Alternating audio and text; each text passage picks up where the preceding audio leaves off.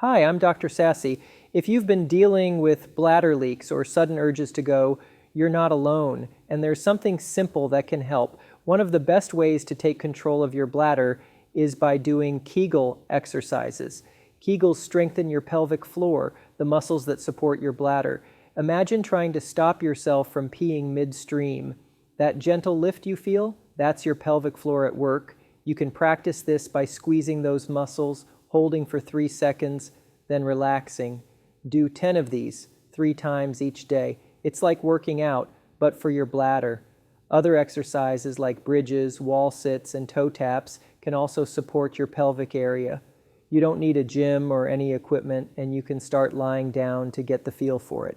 As you get stronger, you can try them seated or standing, just like when real-life leaks usually happen from laughing, lifting, or sneezing.